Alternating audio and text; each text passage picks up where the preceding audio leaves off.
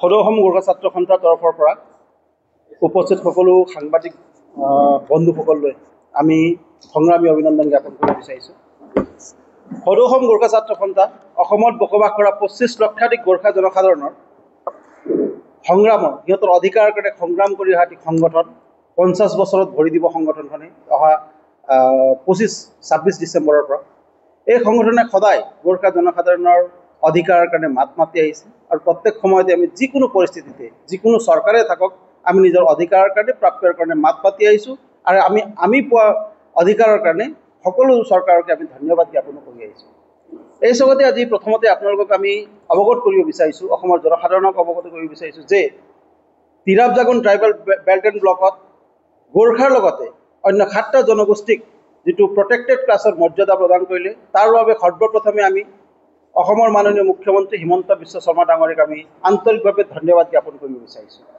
গোৰ্খা জনগোষ্ঠী অসমৰ অন্যতম খিলঞ্জীয়া জনগোষ্ঠী, যি জনগোষ্ঠীয়ে অসমৰ বিকাশৰ কাৰণে, অসমৰ উন্নতিৰ কাৰণে, অসমৰ প্ৰতিষ্ঠাৰ কাৰণে সদায় নিজৰ প্ৰাণ আহুতি দি আহিছে, নিজৰ কৰ্ম কৰি আহিছে। এই জনগোষ্ঠীক আজি স্বাভিমানেৰে জীয়াই থাকিবৰ কাৰণে যি পদক্ষেপ মাননীয় ডক্টৰ হিমন্ত বিশ্ব শৰ্মা ডাঙৰীয়াই ল'ব বিচাৰিছে, প্ৰয়াস কৰিছে, তাৰ আমি শলাগ লৈছোঁ আৰু আমি আশাবাদী গোৰ্খা জনগোষ্ঠীয়ে পাবলগীয়া যিটো প্ৰাপ্য অধিকাৰ সেইটো প্ৰদান কৰাত তেওঁ নিশ্চয় সফল হ'ব। মাননীয় ডক্টৰ হিমন্ত বিশ্ব শৰ্মা নেতৃত্বাধীন বিজেপি চৰকাৰখনে অসমত কেৱল মাত্ৰ তিৰাপ জাগুন ট্ৰাইবেল বেল্টেই নহয়, Balipara tribal belt and block, Sadiya tribal belt and ব্লককে আদি কৰি বিভিন্ন ঠাইত গোৰ্খাসকলক সুৰক্ষিত কৰিবৰ কাৰণে যিটো প্ৰচেষ্টা হাতত লৈছে তাৰ কাৰণে পুনৰ আমি তেখেতসকলক ধন্যবাদ জ্ঞাপন কৰিব বিচাৰিছোঁ। দ্বিতীয় কথা হ'ল মাননীয় মুখ্যমন্ত্ৰীগৰাকীয়ে সদায় নিজৰ যিটো কাৰ্যকাল গ্ৰহণ কৰাৰ পাছত অসমৰ বিকাশৰ কাৰণে, অসমৰ উন্নয়নৰ কাৰণে সদায় কাম কৰি আহিছে আৰু জনগোষ্ঠীটোক উত্তৰণৰ কাৰণে সদায় প্ৰচেষ্টা কৰি আহিছে।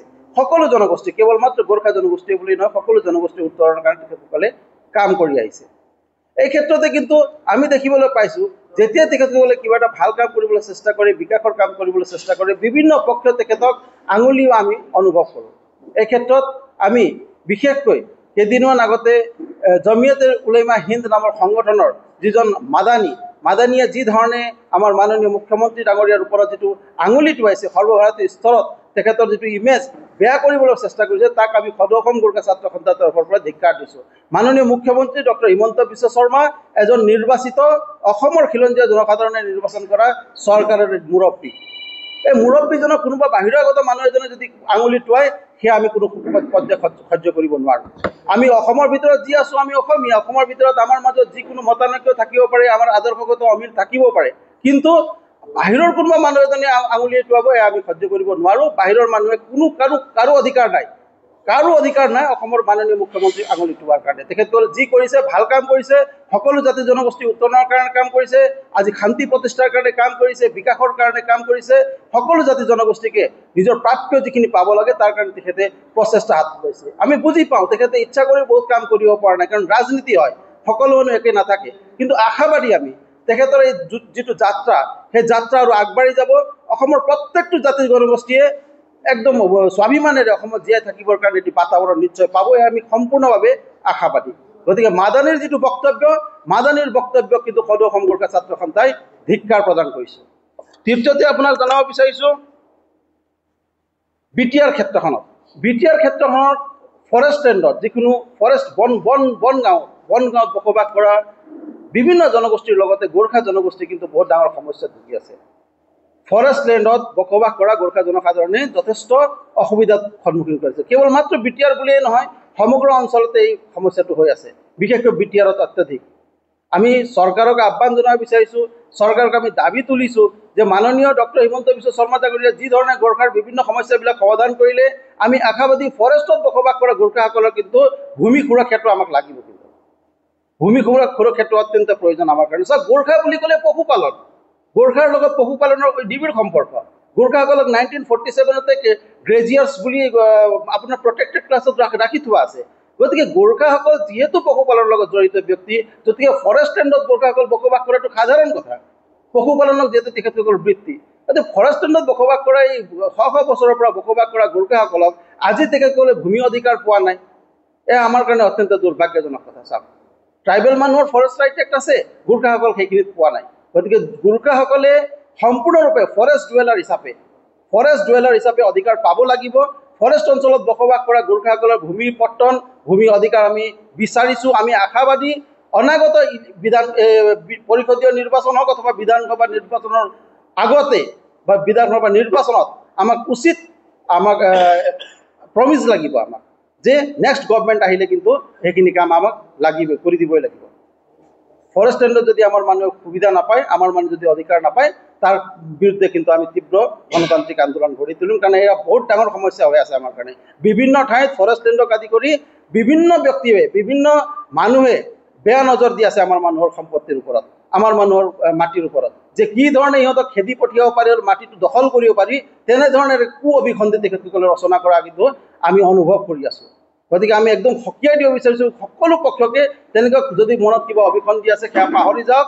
গোৰ্খাই 1 ইঞ্চি মাটিও নিজৰ নেৰে, আৰু যিখিনি মাটি দখল কৰি আছে, যিখিনি মাটিত আমি বসবাস কৰি আছোঁ, খেতি বাতি কৰি আছোঁ, সেই মাটিৰ অধিকাৰ আমি লৈ এৰিম। আৰু এই ক্ষেত্ৰত চৰকাৰকো আমি আহ্বান কৰিছোঁ, সোনকালে আমাৰ এই মাটিৰ অধিকাৰটো আমাক দিব লাগিব। আৰু আপোনাৰ চাওক, বিশেষকৈ বিটিআৰ নিৰ্বাচন আহি আছে। বিটিআৰ নিৰ্বাচনত আমি বিচাৰোঁ প্ৰতিটো দলে বিচাৰোঁ যে গোৰ্খাসকলক উচিত প্ৰতিনিধিত্ব প্ৰদান কৰক। এয়া আমাৰ দাবী। সকলো দলে, BPF হওক, UPPL হওক, কংগ্ৰেছেই হওক, BJPয়ে হওক, সকলোৱে গোৰ্খাসকলক উচিত প্ৰতিনিধিত্ব প্ৰদান কৰক, সেয়া আমাৰ দাবী। আৰু যদি আমাৰ দাবীক আমাক যদি উপলুঙা কৰে বা আমাক যদি তেখেতসকলৰ আমাৰ দাবীক যদি সন্মান নকৰে, তাৰপিছত আমি পৰৱৰ্তী আজি আমাৰ কাৰ্যনিৰ্বাহক সভা চলি আছে, আমি কি ধৰণে ৰণকৌশল আমি কৰিম, এই সময়ত আমি ক'ম আপোনালোকক অৱগত কৰিম মিডিয়াৰ যোগেদি। আমি এটাই কথা জানো যে দল বুলি ক'লে সকলো দলেই ভাল থাকে, কিন্তু দল চলোৱা মানুহবিলাক বেয়া। একেদৰে আমাৰ অভিজ্ঞতাত আহিছে, দল চবেই ভাল, কিন্তু দল চলোৱা মানুহখিনিৰ কিন্তু ইহঁতৰ হেৰিবিলাক ভাল নহয়, মনোবাঞ্ছাবিলাক ভাল নহয়। এনেকুৱা মানুহ আমি দেখিলোঁ যে গোৰ্খাৰ কাগজ দেখিলে, গোৰ্খাৰ ফাইল দেখিলে ঘূৰাই পঠোৱা মানুহ আমি দেখিলোঁ। এনেকুৱা অফিচাৰো দেখিলোঁ, এই গোৰ্খা ছাত্ৰ সংগঠন বুলি ক'লে কাম নাই, ইহঁতৰ কিনো কৰিব পাৰে, তেনেকুৱা ধৰণে উপলুঙা কৰা ৰাজনেতাবিলাকো আমি দেখিলোঁ। এনেকুৱাও দেখিলোঁ যে গোৰ্খাসকলে নেপালৰ পৰা ভূটানৰ পৰা সোমাইছে বুলি কোৱা নেতাবিলাকো আমি দেখিলোঁ বিগত সময়বিলাকত। আমি প্ৰত্যেকজন নেতাক লিষ্ট আউট কৰি আছোঁ, কোন সমষ্টিত কোন নেতাই কি ধৰণে বিগত সময়ত আমাক প্ৰতাৰণা কৰিছে, আমাক উপলুঙা কৰিছে, তাৰ গোটেইখিনি লিষ্ট আমি বনাই আছোঁ।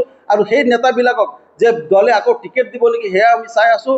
আৰু গোটেইখিনি অংক মিলাই মেলি সিহঁতক কি ব্যৱস্থা কৰিব লাগে, গোৰ্খা জনসাধাৰণে কি ভূমিকা ল'ব লাগে, এয়া আমি অনাগত দিনত গোৰ্খা জনসাধাৰণৰ ওচৰত লৈ যাম, তেখেতসকলক অৱগত কৰিম যে গোৰ্খা জনগোষ্ঠীক এটা কথা মনত ৰাখিব আপুনি, গোৰ্খা ৰাইজৰ দুই এজনক কান্ধত হাত থৈ কেনে আপোনাৰ মাত দিলেই জাতিক মাত দিয়া নহয়, জাতিক সন্মান কৰা নহয়। জাতীয় সংগঠনক যেতিয়া উপলুঙা কৰে, জাতীয় সংগঠনৰ ডিমাণ্ড, জাতীয় সংগঠনৰ যিটো আশা আকাংক্ষা, তাক যদি কোনোবাই ভৰিৰে মোহাৰিব বিচাৰে, তেতিয়াহ'লে জাতিক উপলুঙা কৰাৰ নিচিনা কথা হ'ব।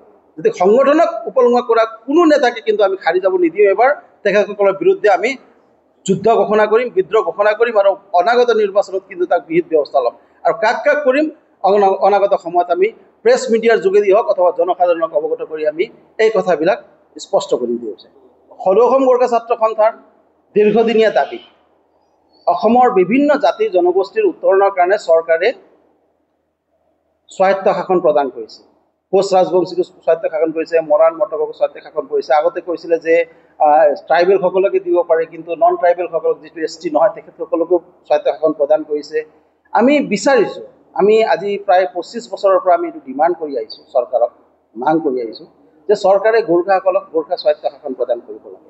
আমাৰ গোৰ্খা স্বায়ত্ত শাসনটো তেনেকুৱা কোনো স্বায়ত্ত শাসন নহয়, আমি ছেটেলাইট ভিত্তিত গোৰ্খা স্বায়ত্ত শাসন বিচাৰিছোঁ, যাৰ জৰিয়তে গোৰ্খা জনসাধাৰণৰ বিকাশৰ কাৰণে আমি কাম কৰিব যাব পাৰোঁ। আৰু আমি আশাবাদী, পূৰ্ণ আশাবাদী, আমাৰ মাননীয় ডক্টৰ হিমন্ত বিশ্ব শৰ্মাৰ নেতৃত্বতে গোৰ্খাসকলে গোৰ্খা স্বায়ত্ত শাসন পাব বুলি আমাৰ সম্পূৰ্ণ বিশ্বাস আছে। সেই বিশ্বাসত লৈ আমি কাম কৰি গৈ আছোঁ। আমি অহা 26 চনৰ বিধানসভা নিৰ্বাচনৰ আগত গোৰ্খাসকলৰ যিটো দীৰ্ঘদিনীয়া দাবী, সেই দাবী পূৰ্ণ হ'ব বুলি কিন্তু আমি সম্পূৰ্ণভাৱে আশাবাদী। হয়, নিশ্চয় পাৰ্থক্যটো থাকিবই। চাওক, মুখ্যমন্ত্ৰী মহোদয়ে বহুত কথাবিলাক চেষ্টা কৰিছে। মই কৈছোঁ অথনি, মুখ্যমন্ত্ৰী মহোদয়ে গোৰ্খাসকলক স্বাভিমানেৰে জীয়াই থাকিবৰ কাৰণে এক পৰিৱেশ দিবৰ কাৰণে প্ৰয়াস কৰিছে। তেখেতে কিছু ক্ষেত্ৰত সফল হৈছে, কিছু ক্ষেত্ৰত সফল হোৱা নাই। তেখেতে আপোনাৰ 2021 চনতে নটিফিকেশ্যন এটা বাহিৰ কৰিছিলে যে BTADৰ গোটেই 5টা জিলাতে গোৰ্খাসকলক প্ৰটেক্টেড ক্লাছ ৰাখিব লাগে 2003ৰ আগত।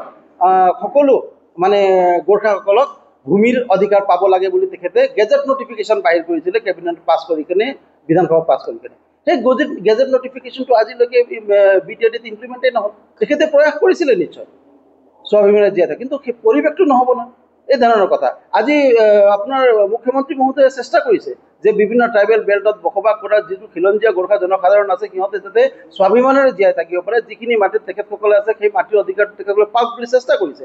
কিন্তু চব জেগাততো একে নহয়। কিছুমান MLA বেয়া আছে, কিছুমান MLA গোৰ্খাসকলক শুই শোষণ কৰি কিনে জীয়াই আছে। এই MLA বিলাকৰ কাৰণেও কথাবিলাক সম্ভৱ হৈ উঠা নাই। কিছুমান ঠাইত বিউৰক্ৰেট বেয়া আছে, অফিচাৰবিলাকে বিভিন্ন ধৰণৰ নেগেটিভ মেণ্টেলিটিৰ অফিচাৰবিলাক আছে কোনোবা ঠাইত, ইহঁতে বিভিন্ন অজুহাত দেখা মানুহক হাৰাশাস্তি কৰি আছে। গতিকে অভাৰঅল চৰকাৰৰ যিটো ইচ্ছাক আমি কোনোদিনা সন্দেহ কৰা নাই। ইচ্ছা অকে পাইছোঁ আমি, সদিচ্ছা থকাৰ কাৰণে এইখিনি নিৰ্ণয় ল'ব পাৰিছে। সদিচ্ছা নথকা হ'লে, পলিটিকেল উইল নথকা হ'লে এইখিনি নিৰ্ণয় নল'লেই হয় তেখেতসকলে। যিহেতু তেখেতসকলে নিৰ্ণয় লৈছে, গতিকে সেই নিৰ্ণয়ক ইমপ্লিমেণ্ট কৰাৰ ক্ষেত্ৰত কিন্তু বিভিন্ন অসুবিধা হৈছে, সেইখিনি আমি অনুভৱ কৰিছোঁ, আমিও যুঁজি আছোঁ। আমি চৰকাৰক আহ্বান কৰিম যে সেই এলিমেণ্টখিনি যিসকলে গোৰ্খাসকলক অধিকাৰ দিয়াৰ ক্ষেত্ৰত বাধাৰ প্ৰাচীৰ হিচাপে থিয় দিছে, সেই এলিমেণ্টখিনিক কিন্তু চৰকাৰে সোনকালে আইডেণ্টিফাই কৰি সিহঁতক আঁতৰোৱাৰ ক্ষেত্ৰতো যত্ন কৰিব লাগিব। কেৱল মাত্ৰ সিদ্ধান্ত ল'লেই নহ'ব, তাক ইমপ্লিমেণ্ট কৰাৰ ক্ষেত্ৰত কিন্তু উচিত পদক্ষেপ চৰকাৰে ল'ব লাগিব। নিশ্চয় আমি কৈছোঁ, BJPয়ে হওক, কংগ্ৰেছেই হওক, অথবা আপোনাৰ UPPL BPF সকলোকে আমি কৈছোঁ যে আপোনালোকে উপযুক্ত ঠাইত গোৰ্খা কেণ্ডিডেট দিব লাগে আৰু জিকাই অনাৰ চেষ্টাও কৰিব লাগে। কেৱল টিকেট দি কেনে আপোনাৰ দায় খামৰা কাৰবাৰ নহয়। মানে যিটো হাৰি যোৱাৰ ঠাই, তাত আৰু জিকিও নোৱাৰে, তেনেকুৱা এটা ঠাইত টিকেট এটা দি কেনে আমাক আৰু ফুচলাই লাভ নাই। জিকাই অনাৰ দায়িত্ব দলৰ, জিকাই অনা দায়িত্বটো দলৰ হয়, আৰু ইচ্ছা কৰিলে দলে পাৰে সেইখিনি কৰিব, আমি জানো। কিন্তু তেখেতসকলে কি কৰিব চাওঁ, আমি দাবীত দিছোঁ সকলোকে। তেখেতসকলৰ কি ভূমিকা থাকিব আমি কেইদিনমানতে গম পাই যাম। তাৰ পাছত যদি তেখেতসকলে আমাৰ দাবীখিনি পূৰণ নকৰে, তাৰপিছত ব্যৱস্থা কৰিবই লাগিব। কাৰণ আমাক উপলুঙা কৰিব, জাতিটোক উপলুঙা কৰিব, 2-4জনক কিবা এটা টোপোলা দিব, তাকে লৈতো জাতি এটা জীয়াই থাকিব নোৱাৰে। জাতিৰ আশা আকাংক্ষা থাকে, জাতিৰ প্ৰতিনিধিত্ব থাকে। আজিলৈকে BTCত আপোনাৰ EM এজন নাই আমাৰ। কিমান দুৰ্ভাগ্যৰ কথা আমাৰ কাৰণে। এজন EM বনাব নোৱাৰিলোঁ আমি, ইমানে বেয়া। এই BTC অঞ্চল, এইখনেই এইটো অঞ্চল হয় য'ত আমাৰ মানুহে MLA খেলিছিলে। এইখনেই অঞ্চল হয় য'ত গোৰ্খা মানুহে মিনিষ্টাৰ হৈছিলে গৈ সময়ত। আৰু সেই জেগাত আজি MCLA খেলিবৰ কাৰণে আমাৰ জেগা বিচাৰি পাবলৈ মুস্কিল হৈ গৈছে। EM এটা হ'বলৈ আমাক মুস্কিল হৈ গৈছে। ইমান ৰাজনৈতিকভাৱে আমাক প্ৰতাৰণা কৰাইছে বিগত 25 বছৰত। কোনোবাই অধিকাৰ পাইছে, ভাল কথা, কিন্তু কোনোবাই অধিকাৰ পোৱাৰ স্বাৰ্থত আমাৰ অধিকাৰ খৰ্ব হোৱাটো কিন্তু বহুত দুৰ্ভাগ্যৰ কথা। এয়া দুৰ্ভাগ্যৰ কথা। আমি কি হ'বই নোৱাৰোঁ নেকি তেতিয়াহ'লে? অনাগত কোনো কালেই আমাৰ মানুহে বিধায়ক হোৱাৰ সম্ভাৱনা নাই এতিয়া। এয়া কি ধৰণৰ কথা? এতিয়া দ্বিতীয় শ্ৰেণীৰ নাগৰিকত্বৰ কথা স্পষ্টভাৱে ওলাই আছে। ইয়াত প্ৰথম শ্ৰেণী, দ্বিতীয় শ্ৰেণী বুলি স্পষ্ট ওলাই আছে। তাৰমানে কোনো কালেই আমি হ'ব নোৱাৰোঁ, তাৰমানে ইয়াত কোনো ভৱিষ্যত নাই আমাৰ। স্পষ্ট কথা সেইটোৱে প্ৰতিপন্ন হৈ আছে। গতিকে এই ধৰণৰ ছিষ্টেম নহয়। উচিত প্ৰতিনিধিত্ব, ৰাজনৈতিক প্ৰতিনিধিত্ব দিব লাগিব। আমি MLA খেলিব নোৱাৰে, আমাৰ মানুহ কালি মন্ত্ৰী MLA হ'ব নোৱাৰিলে EMটো বনাব পাৰিব তেখেতসকলে। EM বনাওক। EM বনোৱাৰ কাৰণে আজিৰ পৰা ৰাজনৈতিক দলবিলাকে প্ৰস্তুতি কৰক। কাক টিকেট দিলে ভাল হ'ব, ক'ৰ পৰা দিলে ভাল হ'ব, কেনেকৈ EM বনাব লাগিব, তেখেতসকলে জানে না ৰাজনীতি কৰা মানুহে। ইমান ভিতৰলৈকে আমি সোমোৱা নাই, আৰু আমি প্ৰত্যক্ষ ৰাজনীতিটো নাই ছাত্ৰ সন্থা। আমি বিচৰাও ন প্ৰত্যক্ষ ৰাজনীতি কৰিবৰ কাৰণে। সেইকাৰণে আমি আহ্বান জনাব বিচাৰিছোঁ প্ৰত্যেক ৰাজনীতি দলক, গোৰ্খাসকলৰ যদি সহায় সহযোগ বিচাৰে, গোৰ্খাসকলৰ যদি মৰম চেনেহ বিচাৰে, সমাজত যদি ভাতৃত্ববোধেৰে গোৰ্খাসকলক লগত লৈ আগবাঢ়িব যদি বিচাৰে, তেতিয়াহ'লে গোৰ্খাসকলৰ যিখিনি মিনিমাম ডিমাণ্ড আছে, আমাৰ কোনো একদম অদ্ভুত ডিমাণ্ড নাই। এইটো আমাৰ কথা হ'ল যে উচিত ৰাজনৈতিক প্ৰতিনিধিত্ব হওক, ভাল মানুহ এজন কেবিনেটত থাকক, BTCৰ কেবিনেটত, তেখেতসকলে শুনক কথাবিলাক, যিকোনো গোৰ্খা বিষয়ক কথাবিলাক উত্থাপন কৰিবলৈ সুযোগ পাওক। এইবিলাক কথাই আমাৰ সৰু সৰু কথা। এইখিনি পূৰণ কৰিবলৈ আচৰিত পাইছোঁ যে আজি মানে 25 বছৰ ওপৰ হ'ল, আমাৰ 20-22 বছৰ হ'ল, এজন EM নাই আজিলৈকে আমাৰ। গতিকে আমাৰ স্পষ্ট কথা এয়াই, BTC নিৰ্বাচনত আমি দলবিলাকৰ কোন প্ৰাৰ্থী দিয়ে, কোন প্ৰাৰ্থী আমাৰ বিপক্ষে এক্টিভ এণ্টি গোৰ্খা এলিমেণ্টবিলাকক আমি উচিত প্ৰত্যুত্তৰ দিম। এণ্টি গোৰ্খা এলিমেণ্ট কোন হয় তাক আমি ফাইণ্ড আউট কৰি আছোঁ। সিহঁতৰ বিষয়ে আমি ফটোৱাই জাৰি কৰিম প্ৰয়োজন হ'লে, কিন্তু আমি কোনো পধ্যে এইবাৰ ৰেহাই দিয়াত নাই। এই কথা আপোনালোক